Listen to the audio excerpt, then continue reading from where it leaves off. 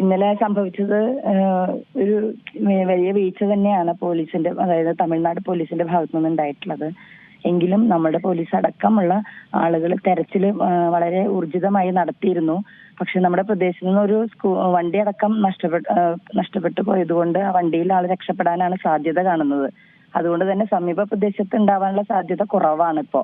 എങ്കിലും ജനങ്ങളും പ്രദേശവാസികളും പോലീസും ഒക്കെ വളരെ ഊർജിതമായിട്ട് ഈ പ്രദേശങ്ങളിലൊക്കെ തന്നെ തെരച്ചിൽ നടത്തിയിരുന്നു. അപ്പൊ എനിക്ക് തോന്നുന്നു ഈ പ്രദേശം വിട്ടു പോകാനാണ് സാധ്യത. അതെ, ഈ അവിടെ ഒരു തൊട്ടടുത്തുള്ളൊരു വീട്ടിൽ നിന്നും ഈ സ്കൂട്ടർ അടക്കം മോഷണം പോയിട്ടില്ലേ? ഈ സ്കൂട്ടർ കൊണ്ടുപോകുന്നത് സംബന്ധിച്ച് എന്തെങ്കിലും CCTV ദൃശ്യങ്ങൾ ലഭ്യമായിട്ടുണ്ടോ? ഒന്നും അറിയില്ല. ഞാനുമായി ബന്ധപ്പെട്ട് എന്നെ അറിയിക്കൊന്നും ഉണ്ടായിട്ടില്ല. സ്കൂട്ടറിൽ പോയി എന്നുള്ളതല്ലാതെ കൂടുതൽ വിവരങ്ങൾ എനിക്കറിയില്ല. ഇപ്പോൾ ഈ ഒരു അന്വേഷണം വലിയ രീതിയിൽ തന്നെ പുരോഗമിക്കുന്നുണ്ടെന്ന് മനസ്സിലാക്കുന്നു. കേരള പോലീസിന്റെ ഭാഗത്തു നിന്നും ഉണ്ടാകുന്ന ഒരു അന്വേഷണം എങ്ങനെയാണ്? ഊർജിതമായി തന്നെയല്ലേ അന്വേഷിക്കുന്നത്?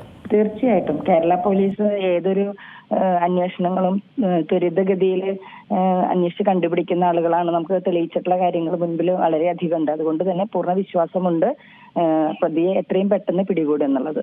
ഈ ബാലമുരുകൻ തമിഴ്നാട് ഭാഗത്തേക്ക് കടന്നിട്ടുണ്ട് എന്നുള്ളൊരു നിഗമനം തന്നെയാണല്ലേ ഇപ്പോൾ? സാധ്യത കാണുന്നു. ഏറ്റവും പുതിയ വാർത്തകളും വിശേഷങ്ങളും വിരൽത്തുമ്പിലറിയാൻ സീ മലയാളം ന്യൂസ് എല്ലാ ഡിജിറ്റൽ പ്ലാറ്റ്ഫോമുകളിലും ലഭ്യം.